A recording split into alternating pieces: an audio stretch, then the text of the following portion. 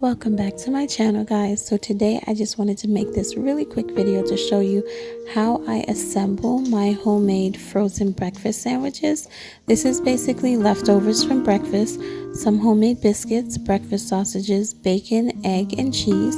I'm just going to assemble them like I normally would, and then I'm going to wrap them individually in wax paper or parchment paper and pop them into the freezer. Now this comes in really handy for those mornings that I don't feel like making breakfast.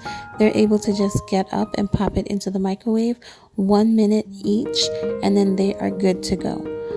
Especially with the holiday season coming up, people are going to be so busy cooking dinner that we may not have time for breakfast. So this comes in really handy. Don't forget to wrap them individually so they don't get stuck together, okay?